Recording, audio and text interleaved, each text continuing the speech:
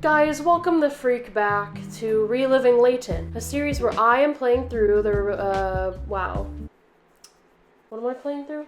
Oh, let me shut the window. There's gonna be birds and, like, cars and stuff. Okay, anyways, this is a series where I am playing through the Professor Layton games in chronological order and reviewing them as I go. Today, we are on to the second game of the prequel trilogy, Professor Layton and the Miracle Mask. I'm really excited to talk about this game, so let's just get started. Professor Layton and the Miracle Mask is a 3DS title released in 2012 in the US. It is the first main series game to only be released on the 3DS and nowhere else. Fun fact, according to Wikipedia, this game was a launch title for the 3DS in Japan, and when the 3DS released, it was an immediate bestseller, like on the day of the 3DS's launch. In Miracle Mask, our favorite prequel trio is back, and they're exploring the glitzy town of Monte d'Or, where a mysterious masked gentleman is terrorizing tourists while committing dark acts of sorcery.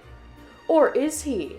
You guys know how it is at this point. Let's start with some plot and writing. I really enjoyed the plot of this game. It was so fun to dive into Monte d'Or for so many reasons. Right off the bat of this game, we are dropped into the vibrant, flashy, colorful desert town that we slowly learn has dubious origins. The owners of the town have corrupt tendencies, and even though the town is colorful at first, we learn that there are darker things happening beneath the surface. I think it's such a cool setting. I also really loved the depth of the characters in this game, and the intricacies of their backstory. I feel like the writing is much more woven in than in some of the other games. I loved how it was an exploration into Layton's backstory. I love the flashback portions where we get to walk around in Professor Layton's hometown. I liked learning the history of Herschel's high school friends, and how their relationships got more complex after the loss of someone they loved. A lot of the conflict in this game felt like decades-old high school tea from my dad, which I loved. I think my favorite piece of writing in this game was how they portrayed Herschel as a high school student. Firstly, I think that visually the character design choices were just really strong. Herschel has unkempt, fluffy hair and dresses like a normal kid. No iconic top hat, of course. To me, it did a good job of portraying a young Layton who isn't a gentleman yet, and is still in his carefree young years. My favorite part of the entire game might have been a tiny little detail they added in his voice lines and animations for solving puzzles. When solving puzzles as young Herschel, you see a stark difference between the Herschel we have come to know and the old Herschel. I'm not certain. Did I get it?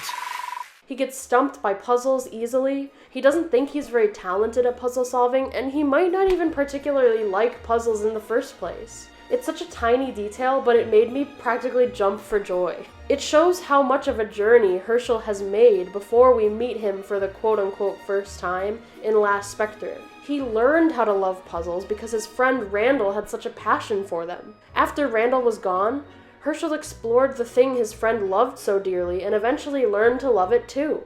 The voice lines and animations for the puzzles is such a subtle way to show, not tell, why Layton is the way he is now. It didn't feel like just a BS, we're making a backstory game just because reason. It felt like a person's real, genuine reaction to having such a close friend disappear. I feel like there's something to be said about Herschel Layton's most iconic personality traits having origins from people he's loved. The puzzles, his hat. If Last Spectre is about growing up and childhood, Miracle Mask is about loss and grief and platonic love. Or romantic love, depending on your AO3 search history.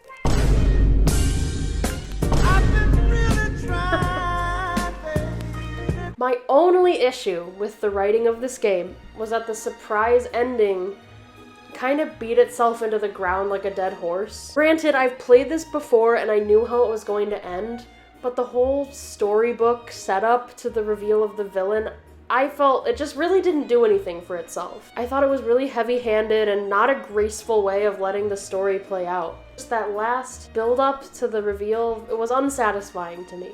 But that's my only complaint. The pacing, like I said, and the rest of the story was wonderful. I don't really have a lot to say about the music except for that I really liked it. It almost goes toe-to-toe with some of my favorite music from the original games. It's really good. I think the style and mood of the music fit Monte d'Or perfectly. It helped set the stage for the game, and a lot of it was really catchy.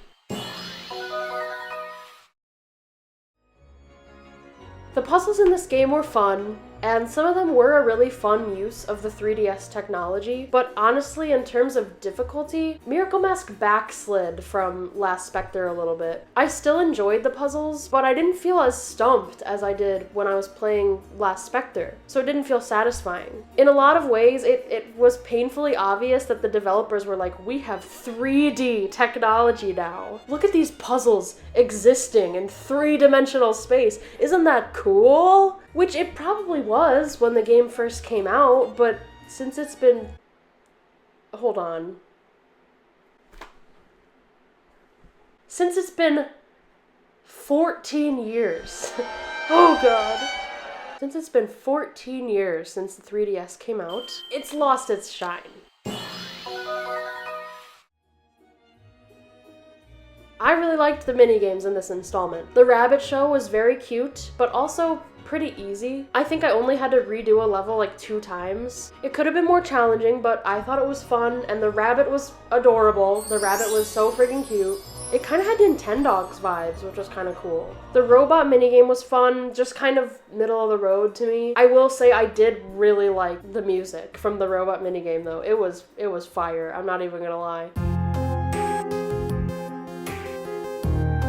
My favorite minigame was One Stop Shop. I just loved the concept of it, and it felt like a just right challenge level for me, which made it more satisfying to solve and unlock new levels. Yeah, definitely One Stop Shop was my favorite minigame from this group. From my view to the only window of the Professor Layton fanbase, which is, unfortunately, the subreddit. I'm sorry, I know, I'm sorry. I'm a Reddit user. I peruse the app from time to time, okay? Anyway, I've seen a lot of mixed reviews of the game. However, I thoroughly enjoyed this game. I thought it was solid all around. My biggest dislikes to this game were the setup to the reveal at the end, but also, I have to talk about the elephant in the room here, okay? The 3D models. I'm sorry, but they are so bad. They are so bad. I think that's a big reason why this game gets flack, is because of the 3D models. It was the first game to use 3D models, and a lot of people didn't like it, understandably, because they're ugly. Coming from the beautiful art of Last Spectre, and also the first 3 games, it's a rude awakening. I feel like we should have just gone back to the 2D sprites a long time ago, but what do I know? It is really hard to get used to, but I swear, if you can get past it, it's a really fun game. Also, not to spoil the next video, but Miracle Mask is my favorite game in the prequel trilogy. I'm gonna say it, like, hands down. It kind of clears, alright? Alright? Is that illegal? Am I allowed to say that? Well, I'm gonna say it. I am very happy to give this game 4.5 stars. It's really solid. Well, that wraps up my review of Miracle Mask. I hope you enjoyed this video. I'd like to hear your thoughts on Miracle Mask. Like I said, I've heard some mixed thoughts on it. I think it's great. I think it's a great game. I really enjoyed replaying it. Even though I knew how it ended, it was still a really enjoyable game. I feel like in a lot of ways it harkens back to like the original trilogy. It has a lot of vibes in it that really match the original trilogy. I hope you enjoyed the video. Keep your eye out for the next video where I'll be talking about Azran Legacy. Yeah, what a game. Okay, I'll talk about it next time, so get hype. I love reading your guys' comments, by the way. In the last, all the last videos I've made, I've gotten a lot of comments, both from friends and also, random people on the internet who also like Professor Layton. That's so awesome. If you'd like to, leave more comments. I respond to all of them. I read all of them. I love it. I don't know, leave a like, whatever. Do whatever you want. Have a nice day. See you in the next one.